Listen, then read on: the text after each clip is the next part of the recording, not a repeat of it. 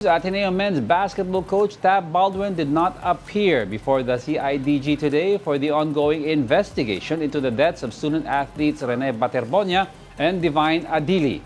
For the latest, we have mobile journalist Jazz Paredes. Jazz, why did Coach Tab fail to appear before CIDG? Yes, Chego, no. Kaninang umaga nga, inasahan nating haharap ang pinadalhan ng sabina ng CIDG kaugnay nga ng insidenteng pinangsangkutan ng dalawang atleta ng Ateneo Men's Basketball Team na si Rene Baterbonia at Divine Adili. Kaninang nakapanayam natin si DLG Secretary John Vic Remulla, kanya ngang kinumpirma na mula doon sa 5 pinadalhan ng sabina ay isa lamang ang nagpakita. Yan ay si Athletics Director Emmanuel Fernandez. At ang 4 na hindi dumalo ay kabilang dyan si Coach Tab Baldwin at ang team manager na si Empok Kimpo.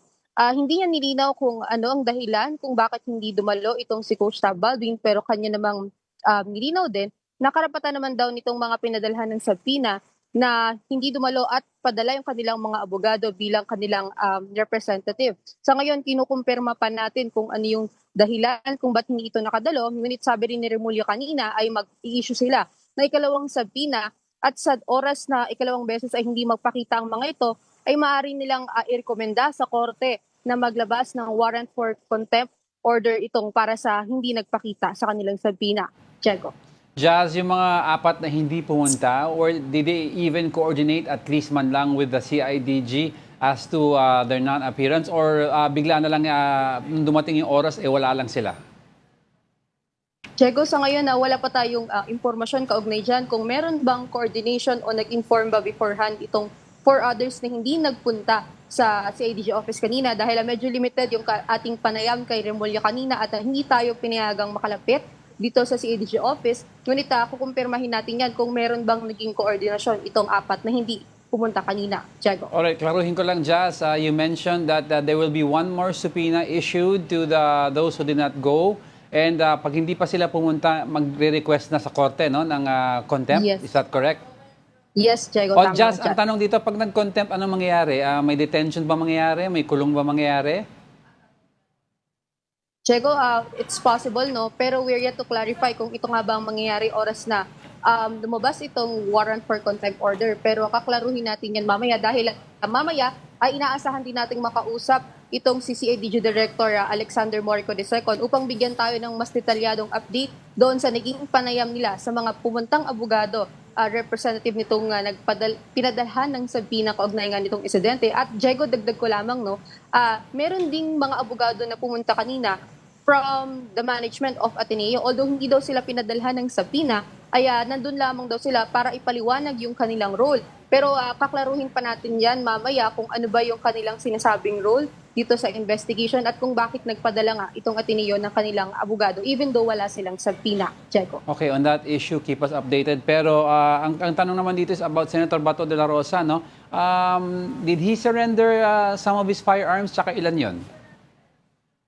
Yes, Diego. No. Sa ngayon, ang nakuha nating impormasyon ay ito ngang firearms ni Senator Bato de la Rosa ay 20 yung nakumpiska sa isa sa kanyang properties. Although hindi pa malinaw kung kanya bang sinurrender, pero siniguro naman ng Philippine National Police that they were accounted for and properly recorded bago ito tinransport sa RCSU ng 11 Office sa camp sa Sergeant Quintin M. Mercido sa Davao City at nasa kustodiya na ito para sa safekeeping at para na rin sa proper PNP rules and procedures kaugnay nga nitong pagkuha dito sa firearms ni Bato.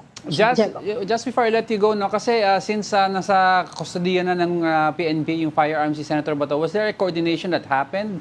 At if ever meron, kanino nang galing or they just took it from one of his properties at may tao doon? Diego, no, sa ngayon, hindi pa natin nakukumpirma yung informasyon na yan kung paano ba yung nangyari. Is it pinuntahan ba with coordination or kusa ba itong sinurrender?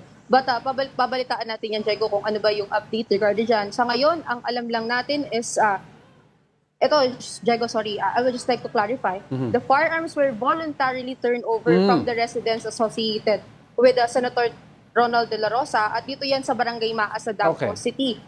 In-authorize yan ng kanyang legal representative and in coordination ng personnel ng RCSU 11, Diego. Ayun, so malinaw, pumunta ang PNP sa property tapos yung tao doon was authorized to turn it over. Para malinaw lang.